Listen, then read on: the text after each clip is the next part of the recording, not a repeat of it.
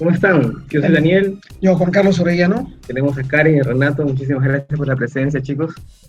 Es la segunda parte, ¿ya? Del segundo conversatorio. Este tema va a estar re denso, pero muy bueno. Sí. ¿Qué te parece si empezamos de nuevo? Sí, y vamos a tratar de hacerlo simple dentro de todo lo complejo que es, porque hay conceptos básicos que tienen que quedar, ¿no?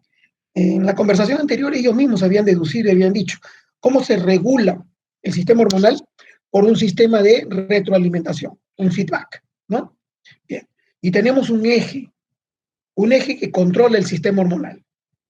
Hipotálamo, hipófisis y órgano glandular, ovario en este caso, porque vamos a hablar de anticonceptivos hormonales que van dirigidos a la mujer, ¿cierto? Entonces, el eje hipotálamo, hipófisis, ovario. Como siempre decimos, Karen, Renato, pueden interrumpir en cualquier momento. Y quiero, ¿cuál es la lógica de esto? Sacar el jugo de la experiencia que el doctor ya no tiene. Si ustedes han leído algo y dicen, sí se van a acordar. Yo nunca he probado esto en un paciente por varias razones, seguramente sí. Entonces, ahí lo preguntan.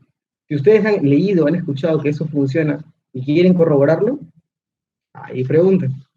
Y lo que quieran saber también lo pueden preguntar. Sí, porque acuérdense, esto se llama conversatorio, así que no se sientan tensos, ¿no? Y al contrario, lo que ustedes acuerden, sí, quieran conocer, las ideas que tienen también, porque pueden estar equivocadas, suéltenlas. El momento de empezar a entendernos. Entonces, hay un eje, ¿correcto? Por ahí partimos. Bien. Las hormonas del último órgano, o sea, del ovario, estrógenos y progesterona. Y andrógenos. No hay que olvidarnos. Porque siempre hablamos de estrógenos y progesterona. ¿No es cierto? Ya. Pero no hay que olvidarnos que también hay andrógenos. También hay andrógenos entonces. Bien. Ese es un punto que hay que acordarse. Porque si no, demasiado simple ya. No, hay andrógenos. Bien. ¿Quién controla ovario? Hipófisis. ¿Qué hormonas de hipófisis son las que controlan sobre ovario? La hormona folículo estimulante, o sea, la FSH, y la hormona luteotrópica, LH. Folículo estimulante, o sea, estimula el folículo, ahí lo dijo. Hace desarrollar el folículo. Un folículo secundario lo va a ir llevando hasta un folículo maduro. Y un folículo supermaduro que va a romperse, va a eclosionar, va a producirse la ovulación. Bien, entonces, la primera parte trabaja la FSH sobre los folículos para que ocurra la producción del gameto, del óvulo, del ovocito. Pero al mismo tiempo también está haciendo que se produzcan estrógenos. Y esos estrógenos van a trabajar sobre, principalmente, endometrio. Porque todo este plan tenemos que pensarlo en base a gestación. Bueno, menstruación también, pero diría gestación. ¿Por qué? Porque si todo funciona, se va a embarazar. Y si no hay embarazo, viene la menstruación. Entonces, en primer lugar, gestación. Todo está hecho para que haya gestación.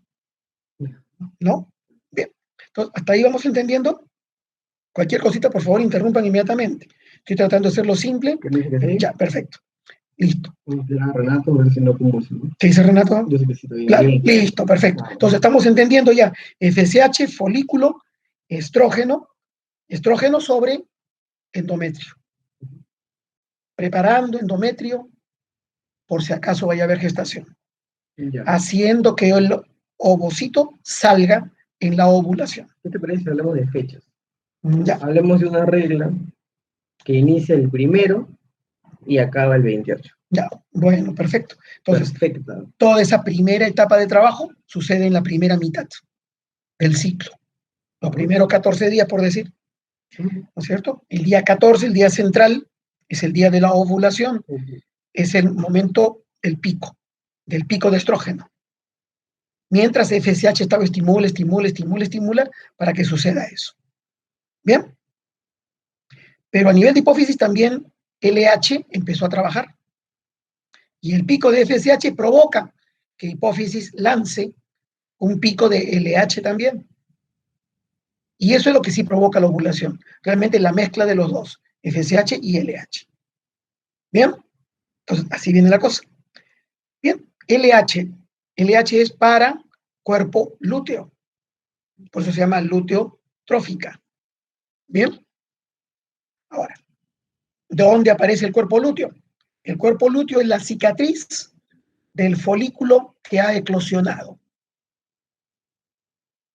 Esa cicatriz se va a convertir en cuerpo lúteo.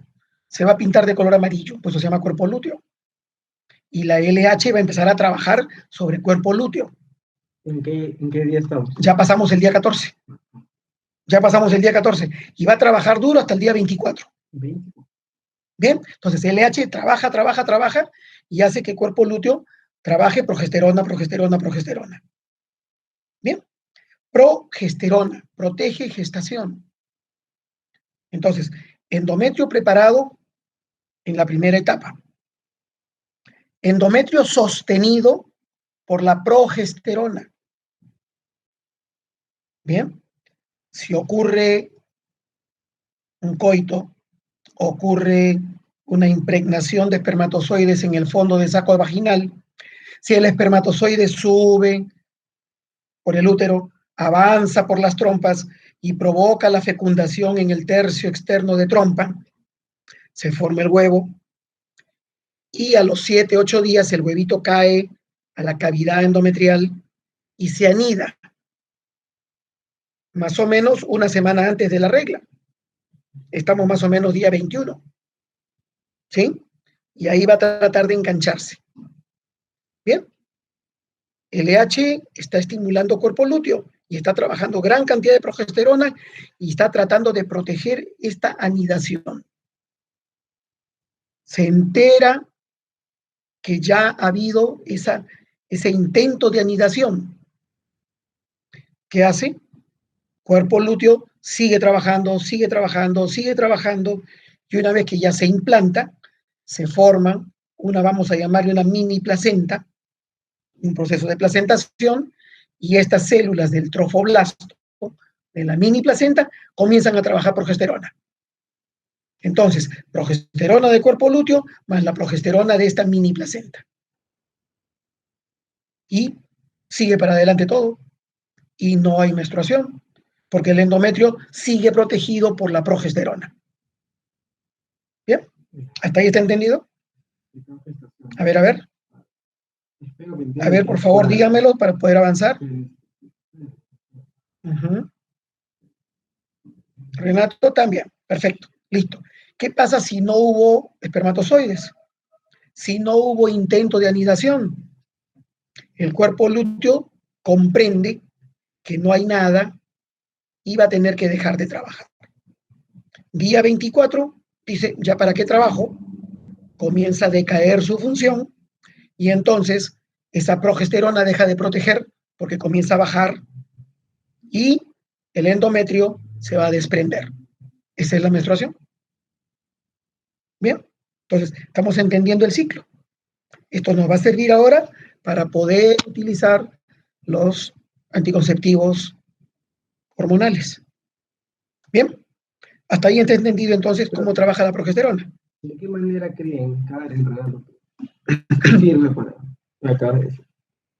Porque está bonito y todo, pero a ver, ¿de qué manera esto sirve? ¿Para qué lo estamos hablando? Por aquí hemos dedicado 10 minutos, ¿no? Y lentito todavía lo dice. Sí. ¿Qué quieres que tú, qué piensas, Karen? ¿Qué piensas, Renato?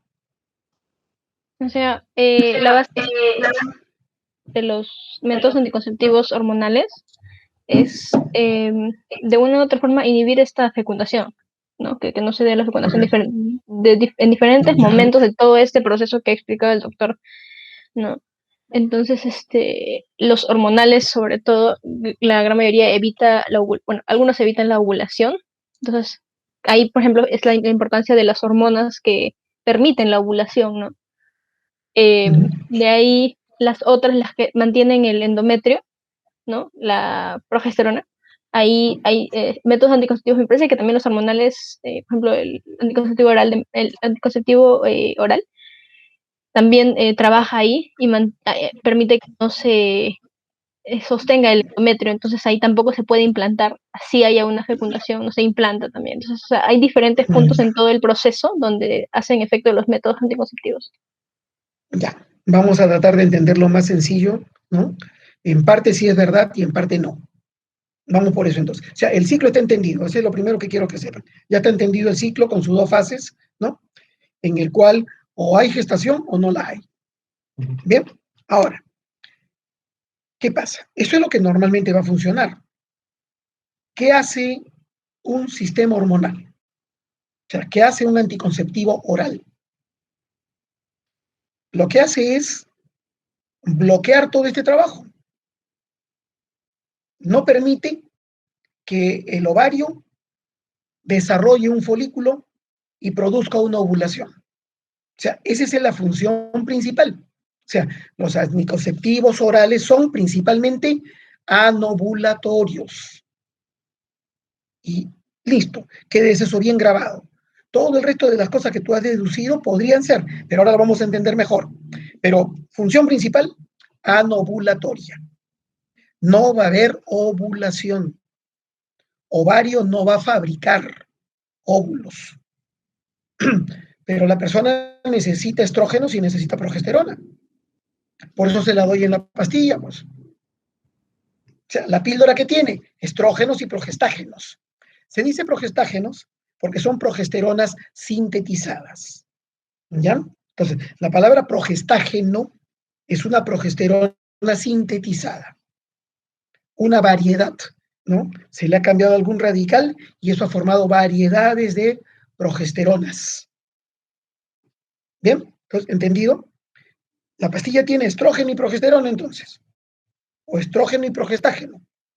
Y entonces ovario ya no va a trabajar, no va a haber ovulación. Va a bloquear el eje, porque como me han dicho ustedes, es un sistema de retroalimentación. O sea, si la hipófisis dice, hay estrógeno, ¿para qué voy a hacer trabajar al ovario? Hay progesterona, ¿para qué la voy a hacer trabajar al ovario? Entonces el eje se paraliza y no hay estímulo sobre ovario para que desarrolle folículo y para que fabrique estrógeno. Ya no necesita.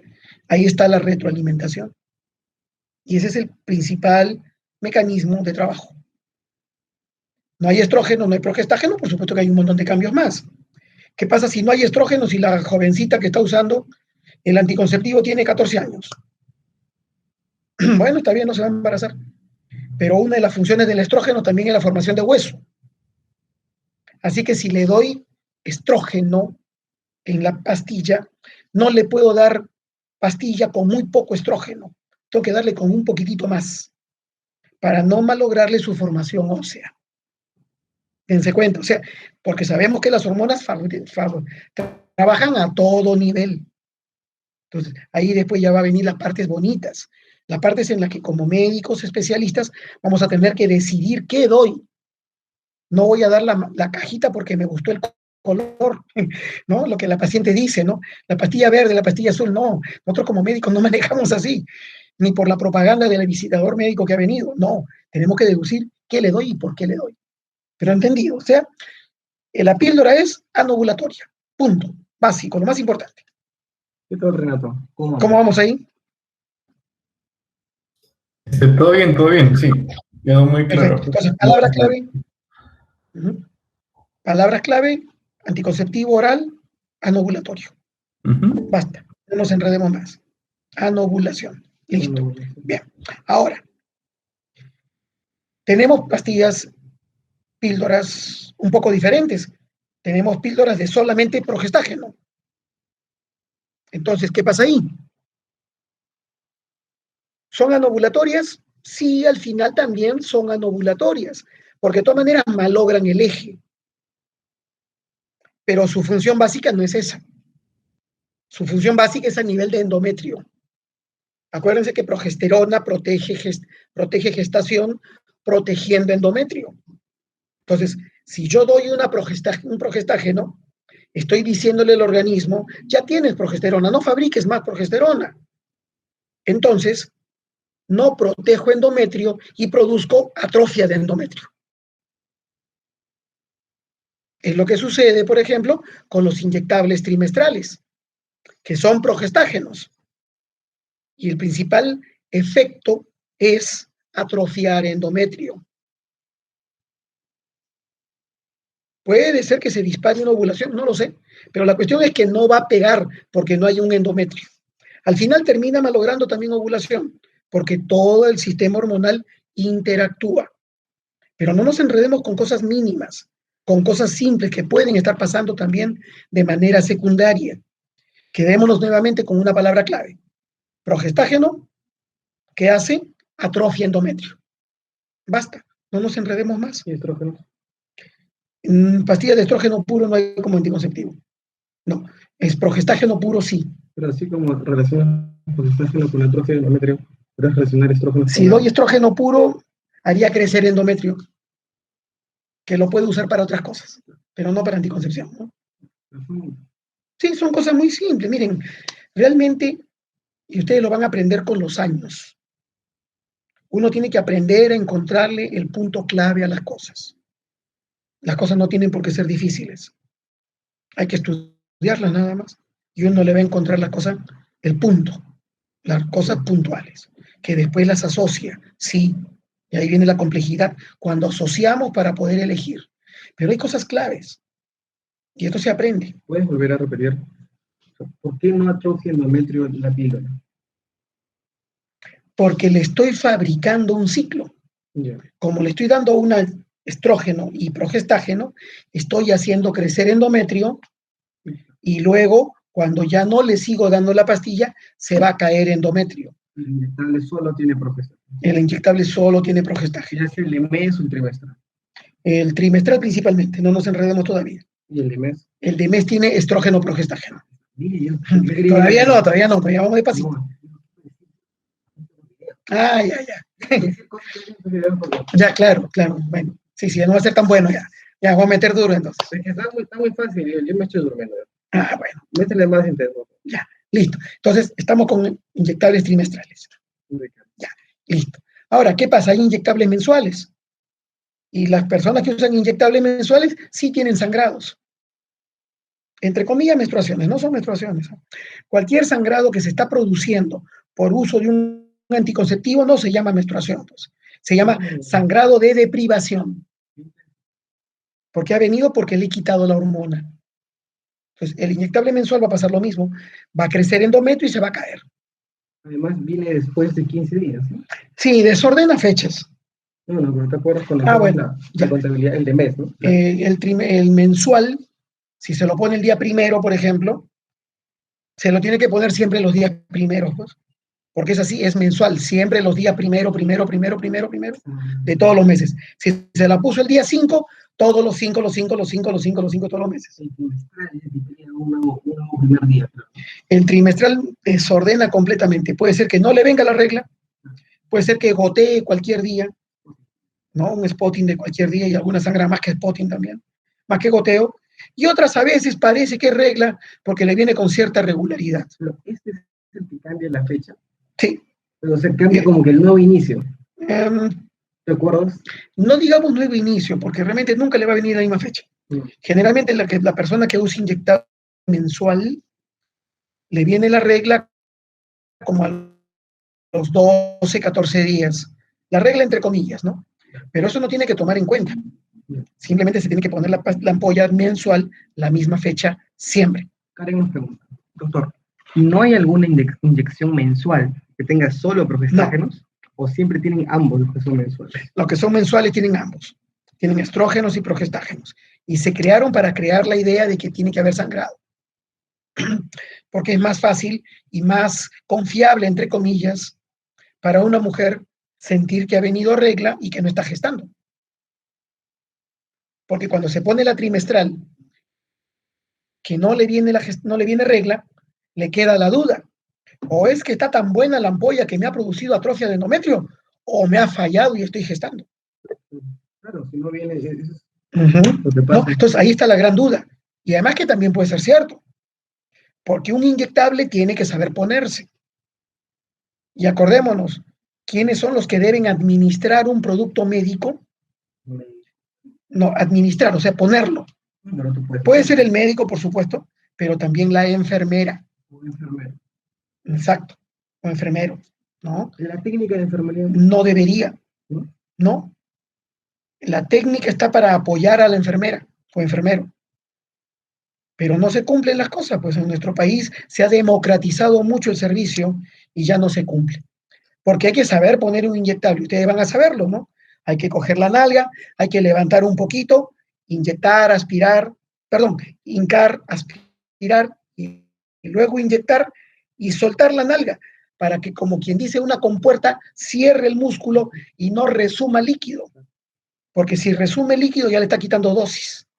Entonces, hasta eso hay que saber hacerlo. Me quiero hacer hincapié aquí. ¿Cómo es, no? ¿Cómo se nota que vivimos en Perú cuando utilizas la palabra democratizar y eso es algo negativo? Sí. O sea, cuando tú dices democratizar, a lo que te refieres es que personas que no deberían manejarlo, lo hacen. Porque ahora es como cuando hay muchísimas universidades y ya la calidad, ya. Claro. Pero en realidad, la salud sí debería democratizarse, hombre. Claro, Sí claro. debería ser de todos, debería ser gratuita. Y ahora pues veremos cómo cambiar el gobierno. Vamos a ver eso. Pero es interesante, ¿no? ¿Cómo se nota que utilizamos democratizar para algo negativo, cuando en realidad no es así? Claro. Realmente lo que pasó fue que se masificó el conocimiento, ¿no? O la aplicación del conocimiento. Yo no digo el conocimiento. Actualmente en salud las obstetrices ponen Sí, las inyectables. ella la pone. Bueno, una obstetriz sí pone, ¿no? Porque Sí ella puede. cuando atiende un parto tiene que saber Sí poner, puede. tiene que saber poner un En MISA inyectable, también. lógico. Sí, hace ya 30 años más o menos que estas cosas pasaron así. 30, 40 años. Sí, Pero recetar, ¿quién debe? solamente el médico. Médico, gineco, obstetra. Sí, solamente debería ser, y según ley es así, pero también está que se está tergiversando todo. En ¿Qué dice? planificación familiar, bueno, te leo, no te Allá. preocupes. En planificación familiar nunca ves a un médico. Así es. Y es por eso que hay tantas personas que abandonan los métodos y no funcionan, y embarazos, y etcétera. Y mal indicado, ¿no? Sí. Sí. Eso pasa. Como Pero- le decía, yo he vivido la historia de la medicina y eso es lo que ha pasado. Pero ya es lo que tenemos que decir, ¿no? Hay que felicitarnos porque, como dijo Marcos Cifuentes hoy, ¿no? Si no lo hacemos nosotros, ¿quién lo va a hacer? Sí. Y la verdad es que todos los videos que tenemos, chicos, no los desprecian. Uf, cuántas pacientes nos dicen gracias porque saben quién ahora debe ponerle un método, debe saber cómo funciona, y esto ayuda muchísimo, y esto es lo que intentamos hacer. Intentamos democratizar la salud, no de manera masiva y irresponsable, sino específica y profesional. Claro, como decimos, no podemos dar una prescripción por televisión, No. una prescripción por video, no, nunca, nunca. Imagina advertir que hay que hacer las cosas bien hechas. Entonces, vámonos por ahí, listo, entonces quedamos, Cerramos. ¿no? Píldoras, para no enredarnos, la mayoría son combinadas y están bloqueando el eje y están produciendo anovulación. Ya, punto. Hay por ahí una píldora especial de solo progestaje. Y esa es para, Casos en los que no puede usar estrógeno. y esos son los... Por ejemplo, una mujer que está dando de lactar, porque el estrógeno le va a cortar lactancia. Ya, más casos. Una persona que está con trombosis, que tiene antecedentes de trombosis venosas, no puede. Personas que tienen migraña, tampoco puede usar estrógenos. En fin, y así, Si tumores dependientes de estrógenos, cáncer, también. No, VIH. no, eso sí puede. VIH, ¿sí? Sí, claro, claro. A ver, alergias, no sé. Bueno, si es alergia al producto, no, pero otra alergia sí podría usar. ¿Hay alergia a los estrógenos? Podría haber. Hay alergia a cualquier cosa. Sí. Sí. ¿No? Entonces, y en cambio, si hablamos de progestágeno puro, generalmente estamos hablando de inyectable trimestral, ¿no? Pero también estas pastillas. Entonces, bien. Ahora, las hormonas pueden estar en otra vía también, ¿no? Ya salimos del oral y hemos pasado al primer parenteral, o sea, el inyectable. Otro parenteral sería, por ejemplo, un parche, ¿no? El parche que se coloca en hombro, en la barriga, en las piernas, en fin. ¿Qué cosa es el parche? Generalmente son combinados también, estrógeno, progestágeno. Son parches que duran una semana y se ponen por 3 semanas. La última semana para que venga la regla, ¿no? Entonces, también puede haber un anillo vaginal. Un anillo vaginal también de 21 días. Se retira los 21 días para que venga una menstruación. Implantes subdérmicos son de progestágeno puro. Duran 3 años. Se coloca entre el músculo deltoides y el otro músculo de acá, que no me acuerdo cuál se llama, porque es el anterior, creo. Bueno, ayúdanos, por favor, ¿cómo se llama? ¿Cómo se llama? Ya lo van a buscar ustedes y también está la técnica, no se hagan muchas faltas.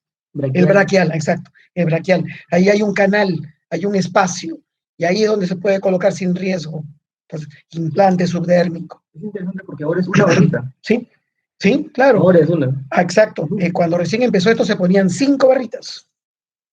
Después bajaron a 3 barritas. A 2 barritas todavía existen, y ahora hay el de una sola barrita. Se ha hecho más fácil. Voy a proceder un poquito. Estás hablando de parche, estás hablando de niño. Y de implante. No, hasta ahí no. Ya. ¿Quiénes se pueden poner esto? Bueno, la misma persona, ¿no?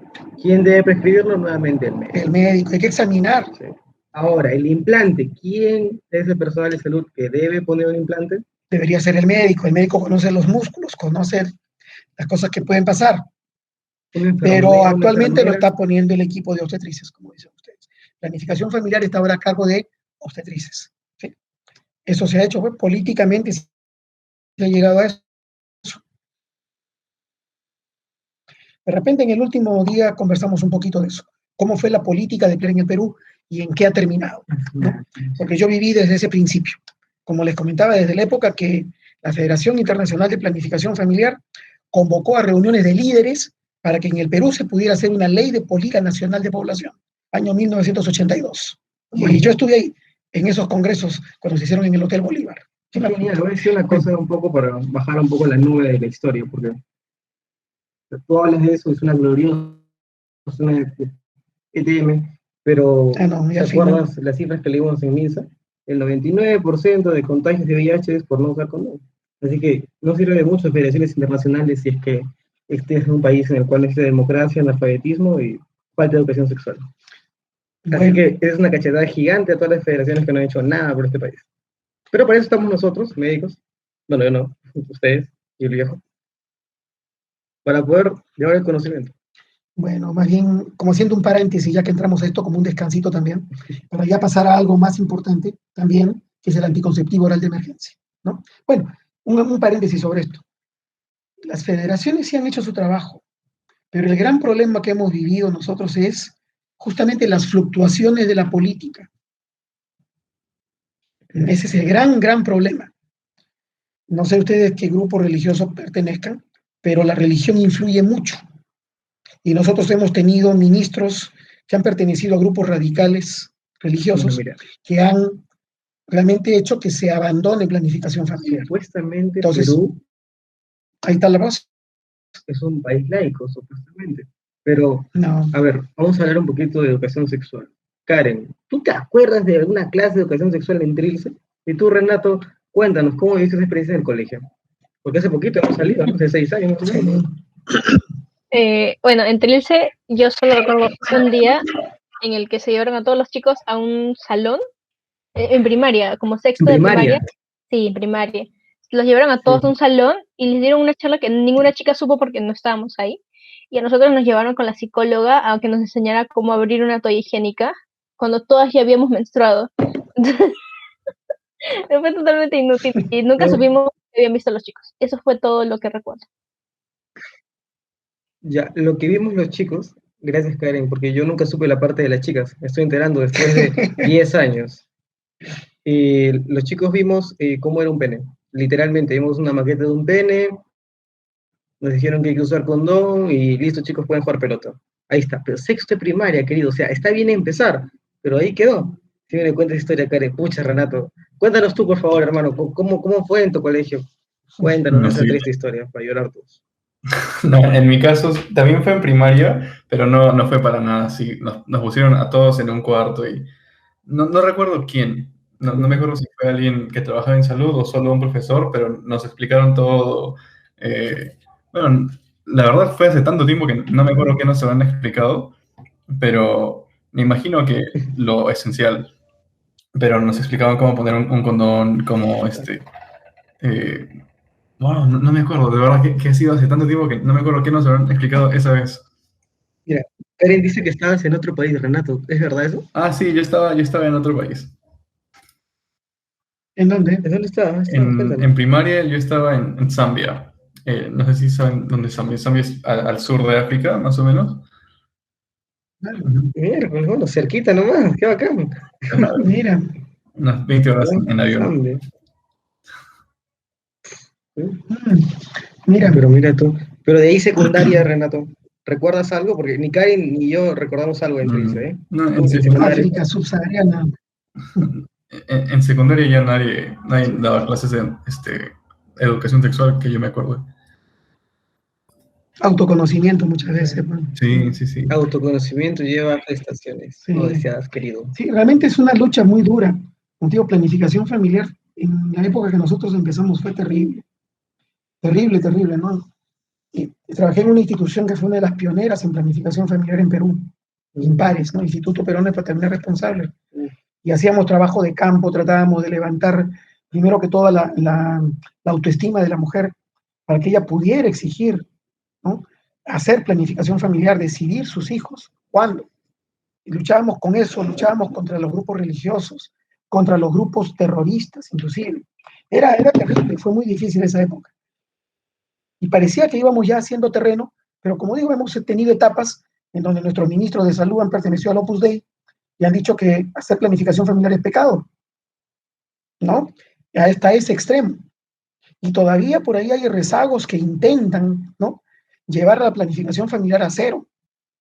Por ejemplo, están retirando el anticonceptivo oral de emergencia del paquete de violación. Eso lo hicieron el año pasado, ¿no? Imagínense, por favor, ¿qué es esto, no? Nosotros como médicos esto es una aberración.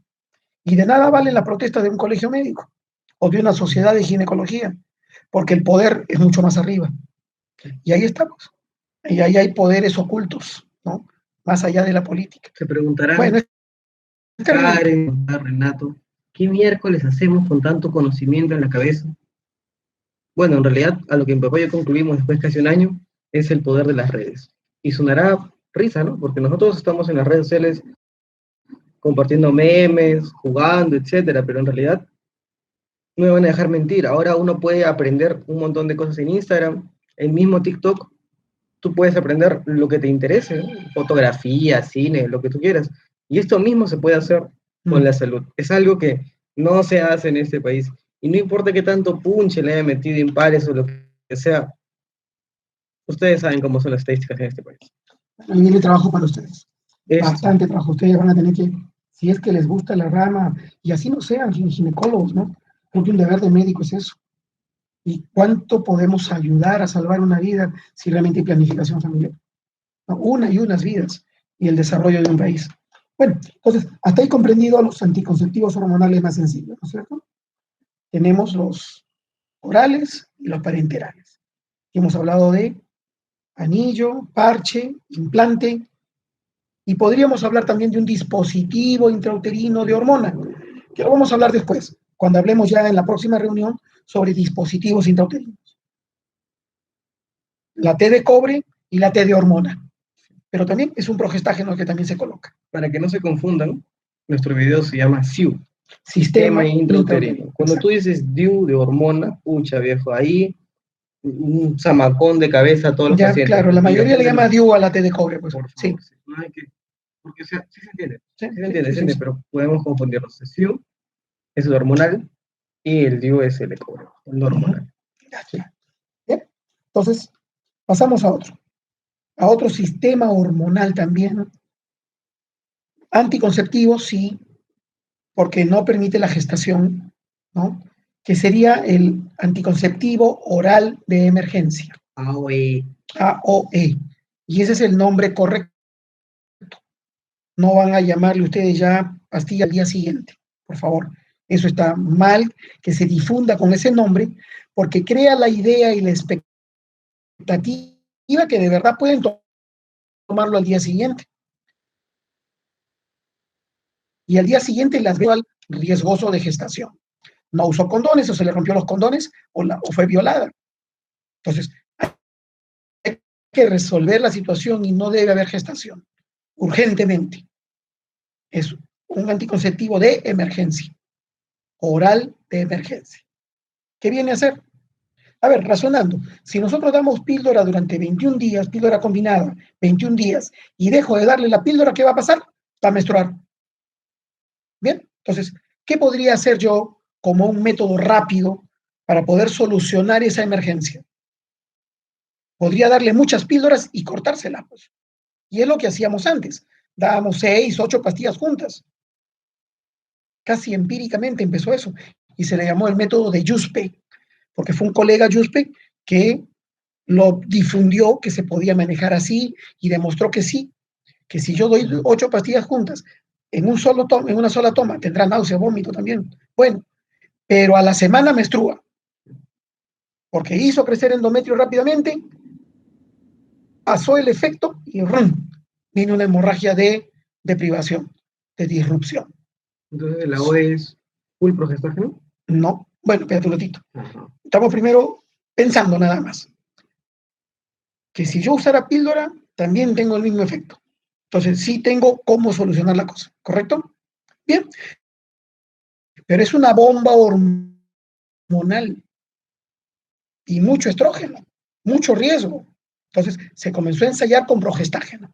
Y al final se quedó con que el levonorgestrel, 150 miligramos, era excelente. Ni más ni menos.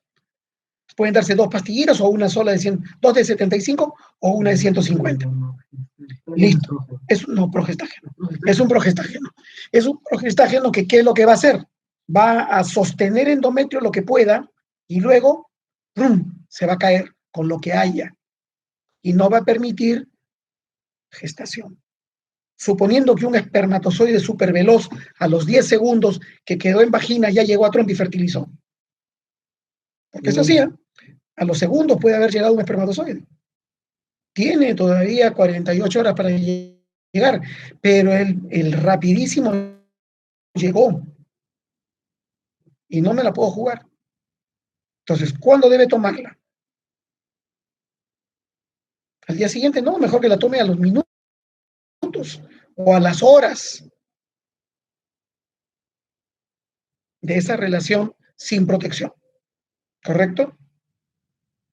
Y nuevamente, apenas pueda, correcto.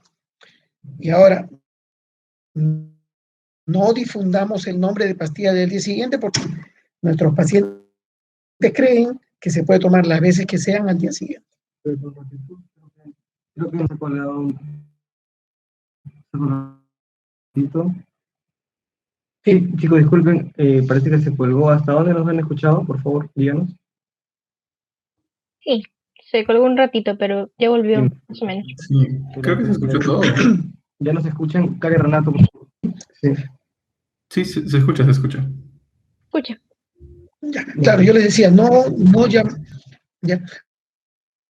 llamarlo pastilla del día siguiente. Crea mala impresión en el paciente y mala expectativa. Si decimos que es emergencia, significa que hay que usarlo una sola vez. Esa vez de la emergencia. Y ya al día siguiente, ya hay... Queridos, hablamos la realidad. ¿Estamos trabajando otra vez? Ah, no, ya estamos. Porque en realidad, en tu experiencia como médico, ese uso en la vida, no cuento ya después. Estás hablando como si esto fuera Disney. Aquí lo que pasa es que la píldora del día siguiente se utiliza muy seguido, y no estamos diciendo que esté bien, claro que no, pero en tu experiencia como médico ginecobstetra hace 34 años, ¿con qué frecuencia una mujer toma una píldora del día siguiente? Es bastante frecuente. ¿Qué significa bastante frecuente? Yo he tenido pacientes que la han tomado cada 15 días, ¿no? Ya, pero en promedio, en la vida de una mujer, esa es mi pregunta, no los casos extremos. Bueno, cuando llegan a mí, yo sí les doy un buen café y trato de que ya no vuelva a pasar. Pero la han podido usar unas 4 o 5 veces seguidas. Seguido. Entonces, cuando vienen a consulta, vienen con un desorden hormonal terrible. Vienen sangrando 10, 15 días seguidos. ¿Por qué? Porque han provocado todo un desorden total. Y a veces en ese momento no queda más que esperar a que se regule todo de barrera hasta que se regule.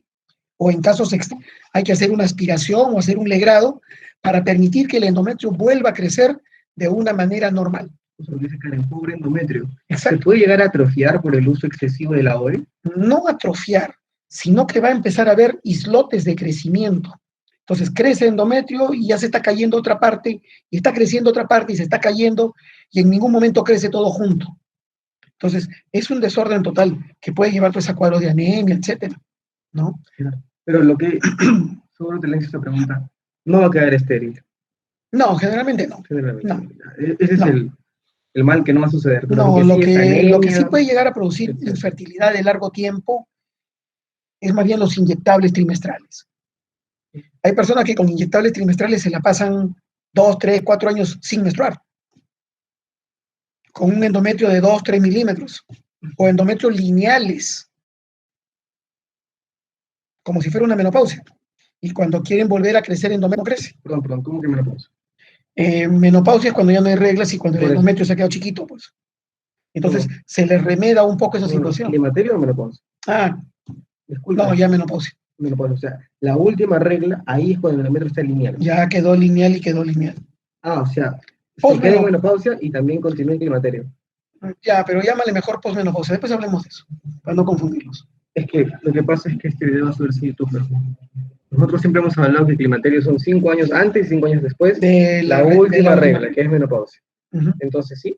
Sí, está bien. Ya. Climaterio, pero después de la menopausia le puede llamar Claro. posmenopausia, ¿no? Ahora sí. Ya, mejor.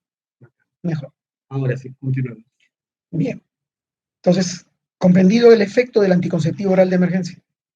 ¿Sí? ¿Alguna duda? Levonorgestrel, que es como tomar Ajá.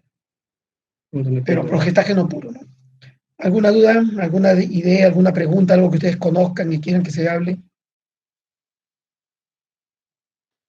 Doctor, yo, o sea, tengo una duda porque de repente es muy personal, pero yo, por ejemplo, usé inyectables porque, o sea, lamentablemente, como le digo, en el MINSAS dan solo, o sea, dan, la que atiende es una obstetriz y yo era, no era tan como conocida en el tema cuando decidí usar estos medicamentos y efectivamente, como se dice, dejé de menstruar, pero eran inyectables mensuales. Entonces, y también dejé de menstruar como 2 años. Entonces, yo no entiendo por qué pasó eso. Y cuando en algún momento me hice una ecografía, sí, mi útero estaba súper delgado y por eso dejé de usarlos, ¿no? Gracias a Dios sí volví a menstruar. Pero me confunde eso porque se supone que eso sería con los trimestrales. Claro. Y por eso digo, se creó la mensual para que haya sangrados, pero no todas las personas reaccionan igual. Ese fue tu caso. Ese fue tu caso, como de muchas mujeres. Realmente, si vamos a usar inyectable en una mujer joven, menor de 30 años me refiero, es preferible usar mensuales, no usar trimestrales. Y fíjate, tú siendo joven y usando mensuales, tuviste el efecto que no hubiéramos querido. Felizmente la has suspendido, porque a futuro has seguido poniéndote con un endometrio delgadito. Cuando sí deseas una gestación, de repente ibas a tener problemas, porque tu endometrio no se iba a recuperar tan fácil. Y realmente nadie sabe cuándo se recupera endometrio. Una pregunta asociada a esta, por ejemplo, que hace siempre la paciente. Doctor, yo tomo píldoras durante 3 años y ya quiero embarazarme. ¿Cuánto tiempo voy a esperar para poder embarazarme? ¿Voy a quedar estéril cuánto tiempo? Dicen. No, la respuesta es que no. Si está bien indicada la píldora, termina de tomar la última píldora en marzo, en abril de repente tiene coitos en días fértiles, porque reinicia una fertilidad rápida y se embarazó. No sabe exactamente cuánto va a demorar en reiniciar fertilidad. Generalmente con las píldoras modernas es rápido. 2, 3 meses ya están ya fértiles, ya hay ovulaciones. Tanto es así, ¿no? Que yo a la paciente le digo, mire usted, la píldora es tan apropiada que si usted se olvida de tomar la pastilla, se va a embarazar. Así que no crea que usted va a quedar estéril por tomar píldora. Porque muchas personas que se olvidan de la pastilla se embarazan. Ahí está la respuesta. El inyectable sí, si el inyectable produce atrofia de endometrio y no hay reglas, periodo de infertilidad. ¿Cuál atrofia de endometrio? La trimestral.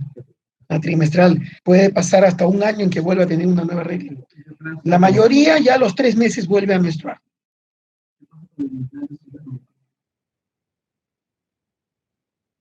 También lo mismo. Podría pasar. Realmente no hay mucha experiencia en eso, ¿no? Recién está empezando a tener más acogida.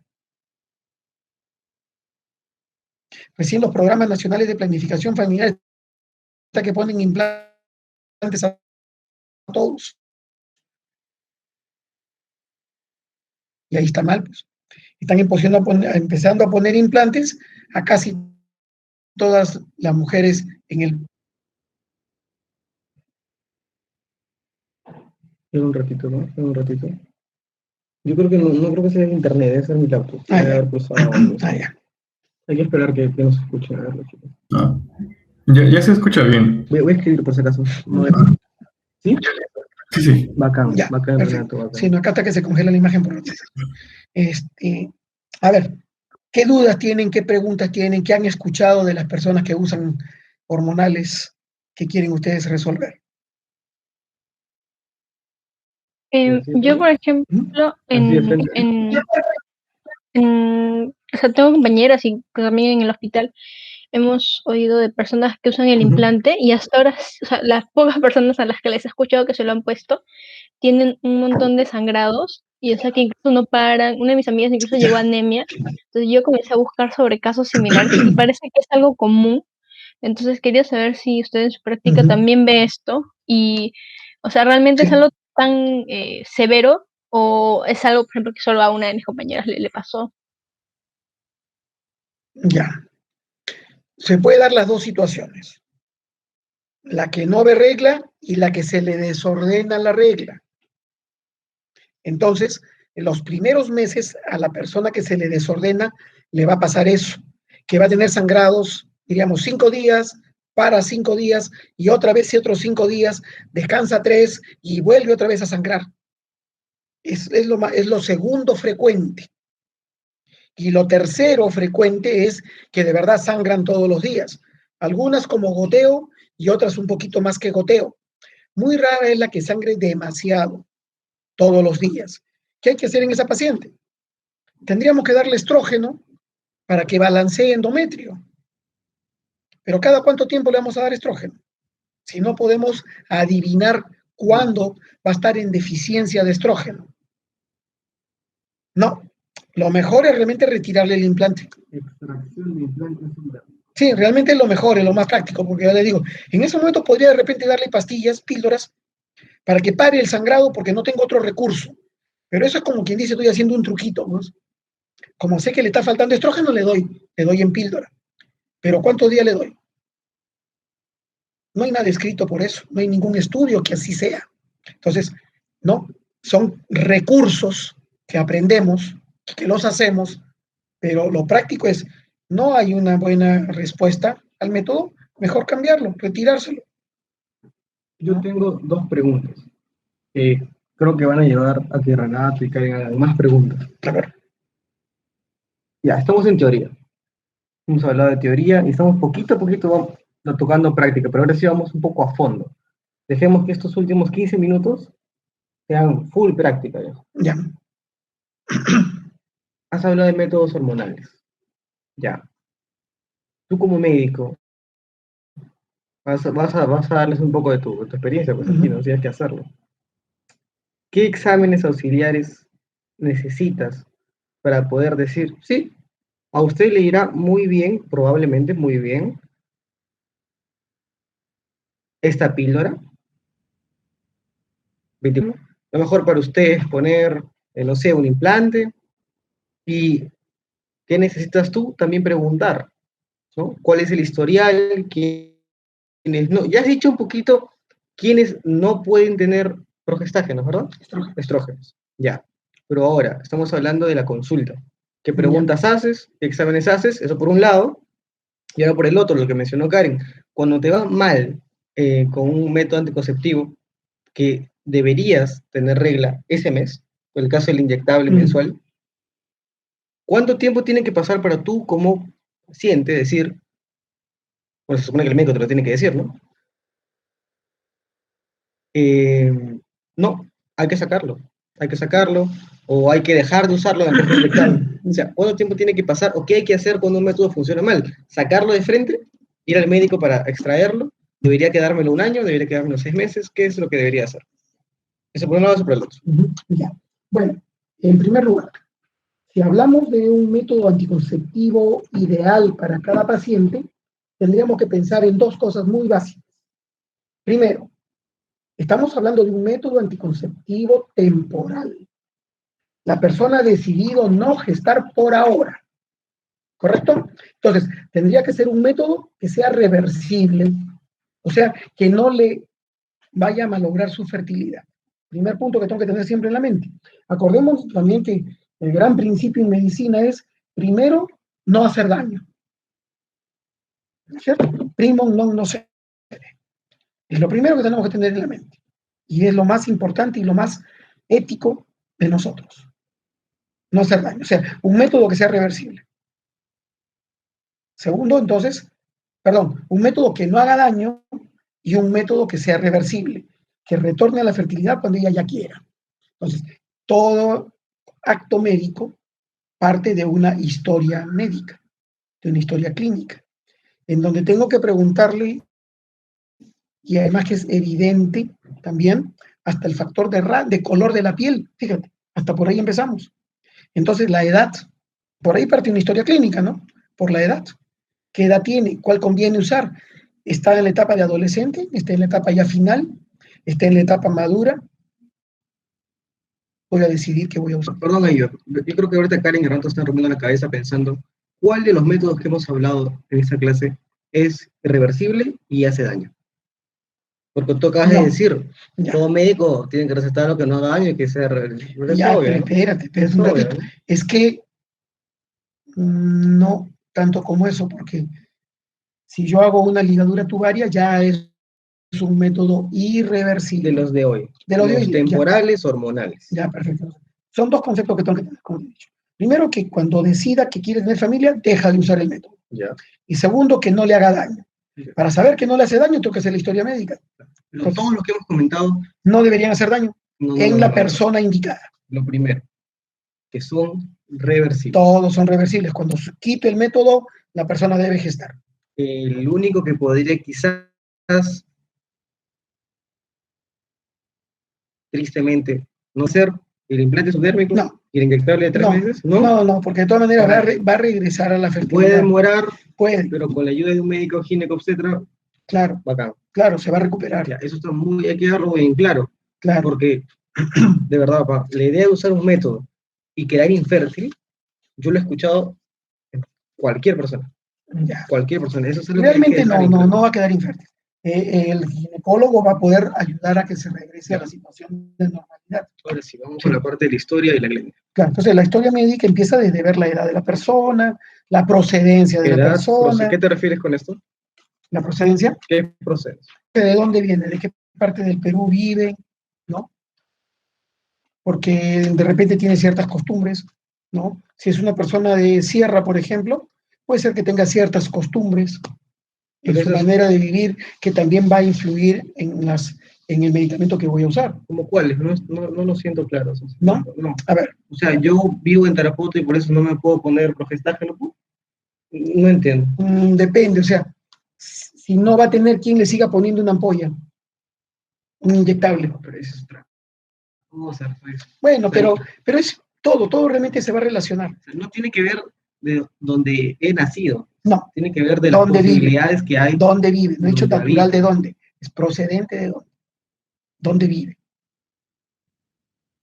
Pero, o sea, no dónde nació, sino dónde vive, en qué condiciones vive.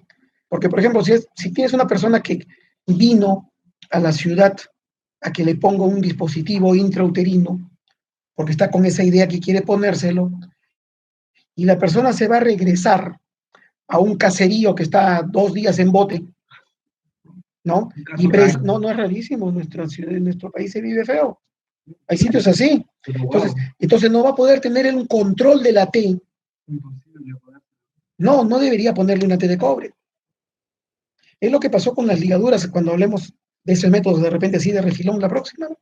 Como dice Renato, claro, el acceso a la salud también es importante. Si no hay fácil acceso para monitoreo y el método probablemente no funcione bien. Exacto. Entonces, mal indicado trae descrédito del método.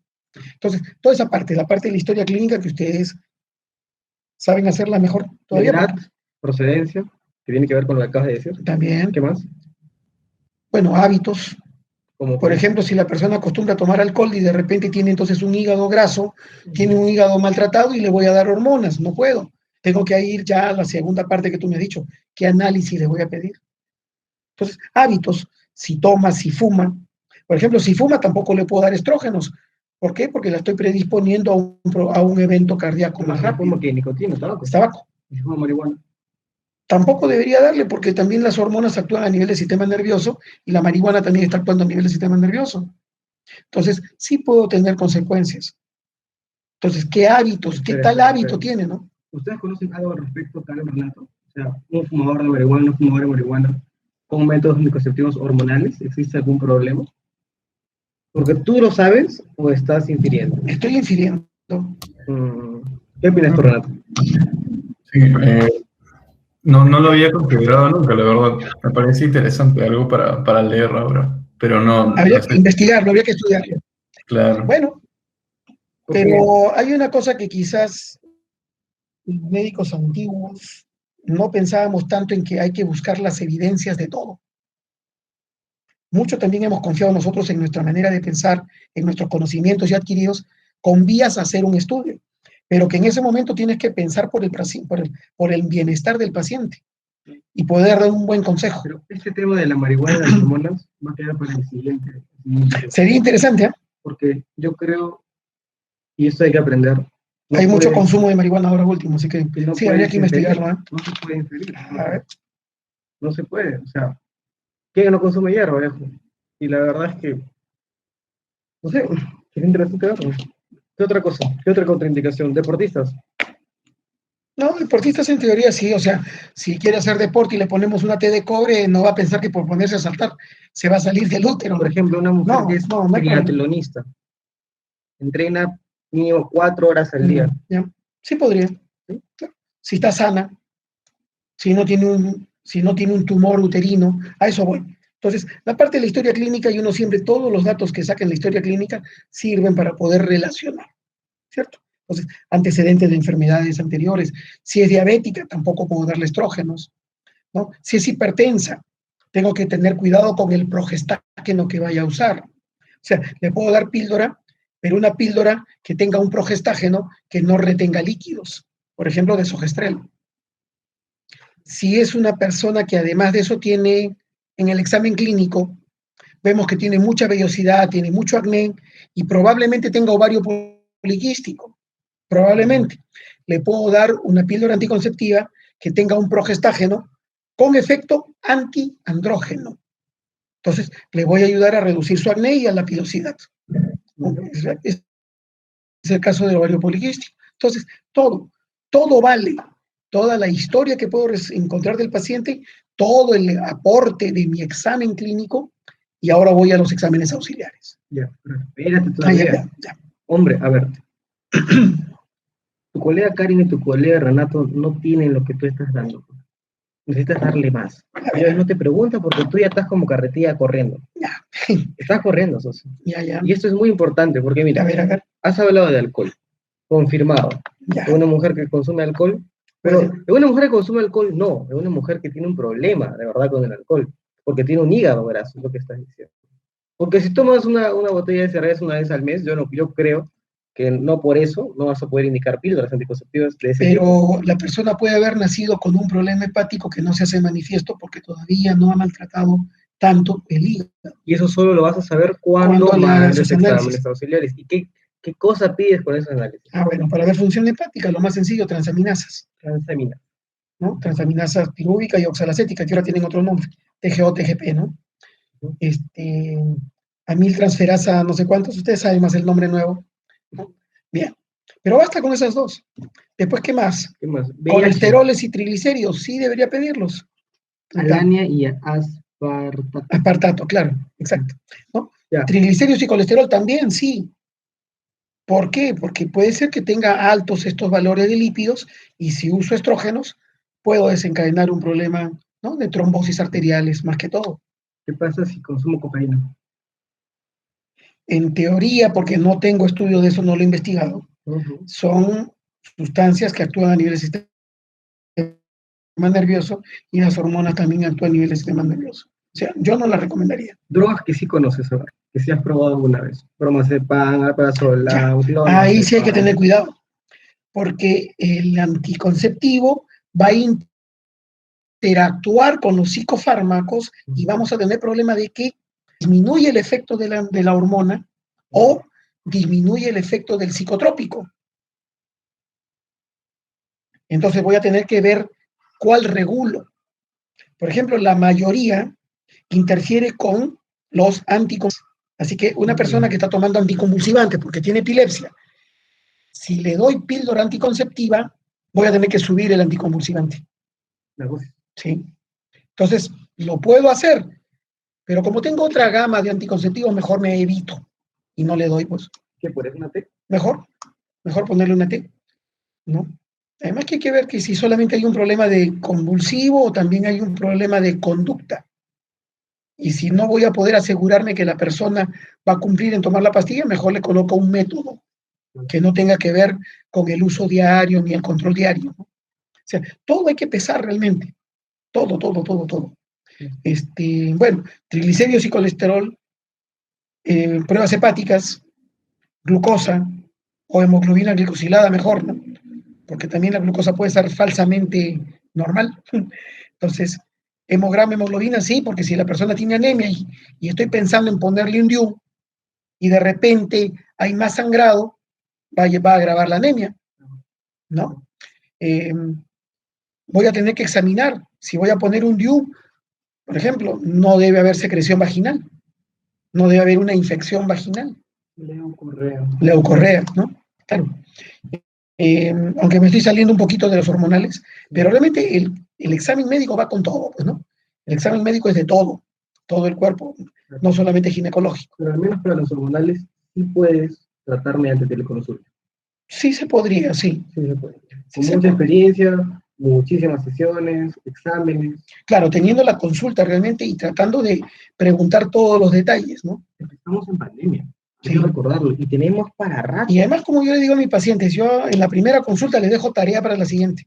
Entonces le digo, a ver, por favor, peso y presión mínimo tiene que darme. Porque quiere píldora, pero no sé cuánto tiene de presión arterial.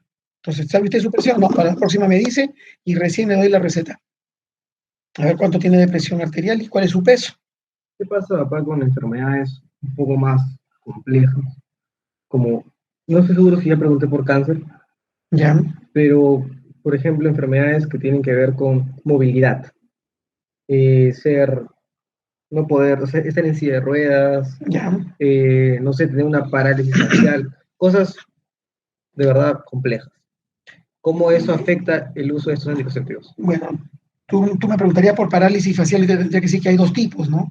La que tiene un problema de arterial, un accidente cerebrovascular, y otra que tenga una parálisis facial viral, que pasa sola después, ¿no? Parálisis se llama eso. Y es un problema viral, relación 3. Bueno, esa se va a recuperar, así que ya si alguien tiene un problema cardíaco, de que estamos hablando de la parte vascular, que tiene una válvula, la cosa está más complicada. Si le doy hormonas, aumento la coagulabilidad. Y si tiene una válvula, voy a formar coágulos, trombos, émbolos. Entonces, mejor no hormonas. Pero si le pongo un DIU y hace una infección pélvica, también le puedo producir una endocarditis bacteriana. Entonces, por ahí también estoy amarrado. Es difícil, hay situaciones en las que hay que pensar bien y hay que hacer consulta para la pareja, para los dos. Porque de repente lo único que me queda con esta paciente es que la pareja utilice condones. Aquí, te tengo que detener y tú Bueno, sabes que te voy a detener. Que no tiene necesariamente una pareja.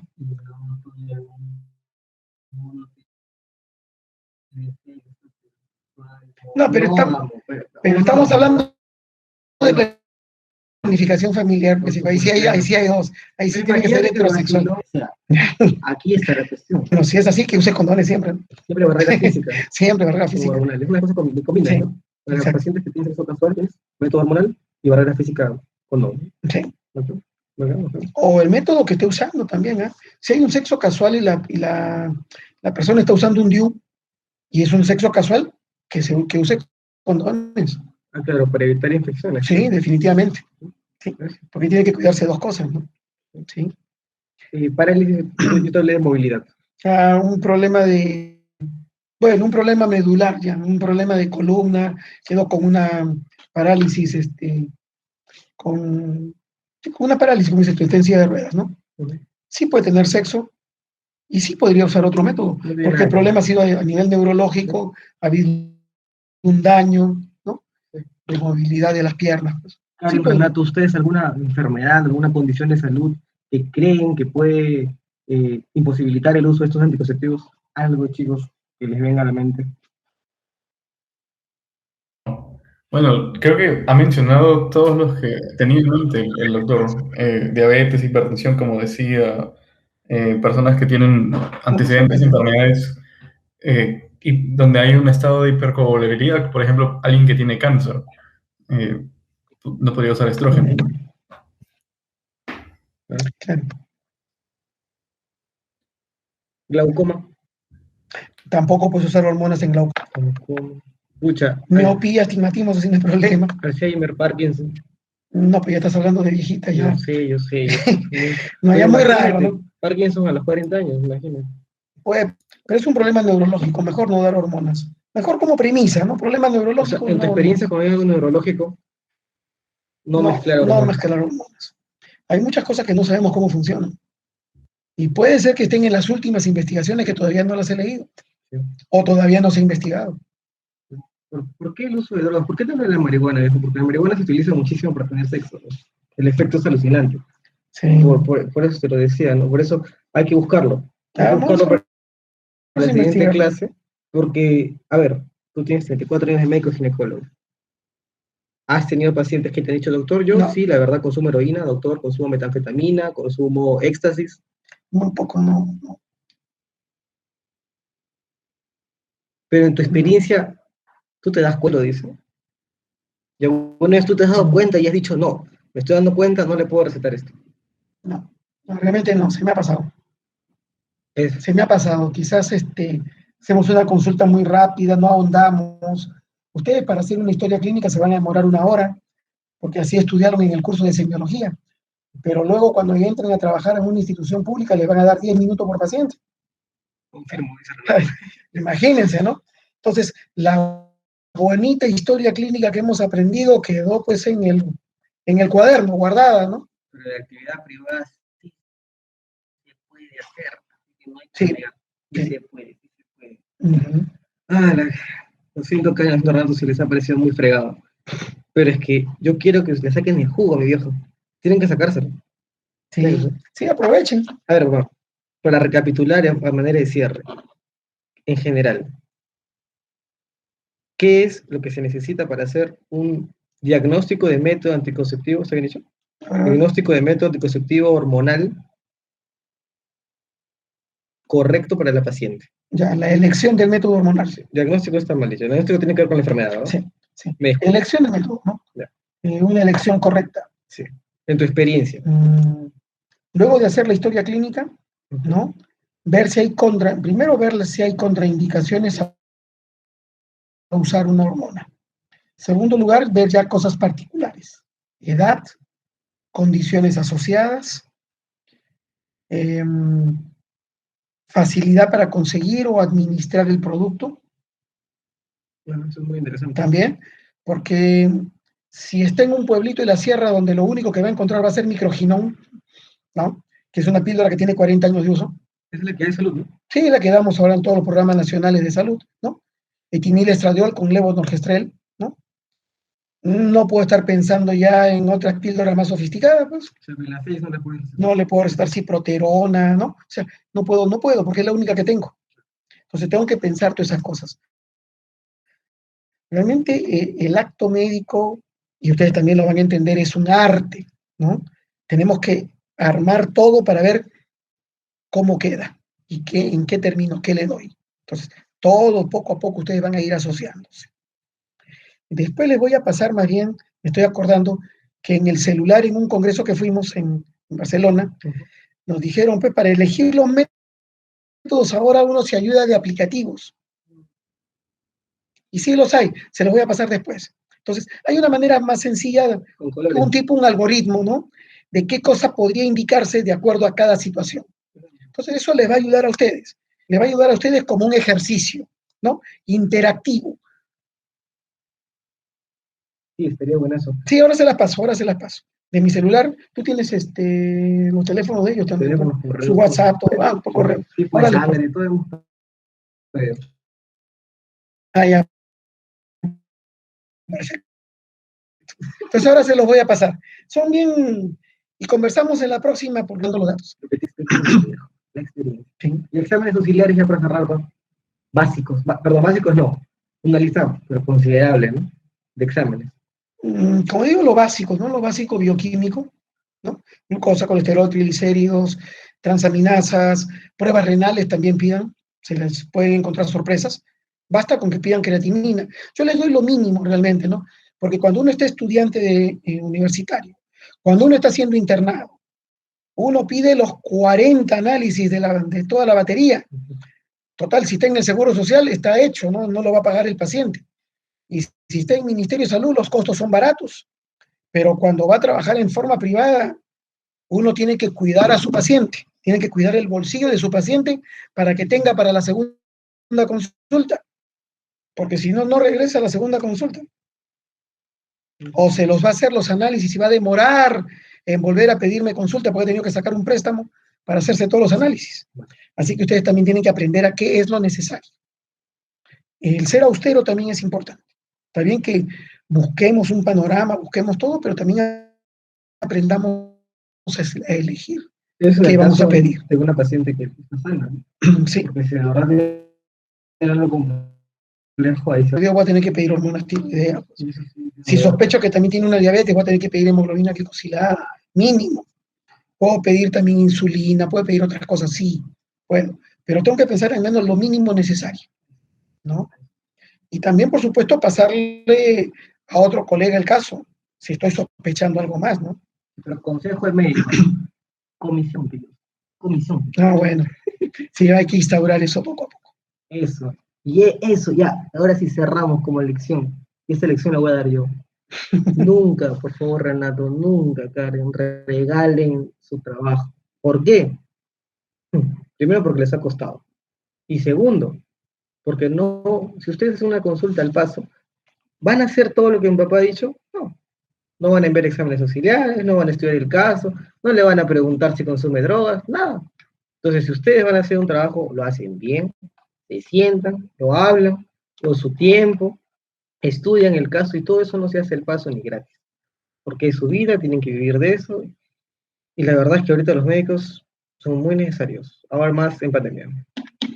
Sí, no, y ustedes seriamente están escuchándome.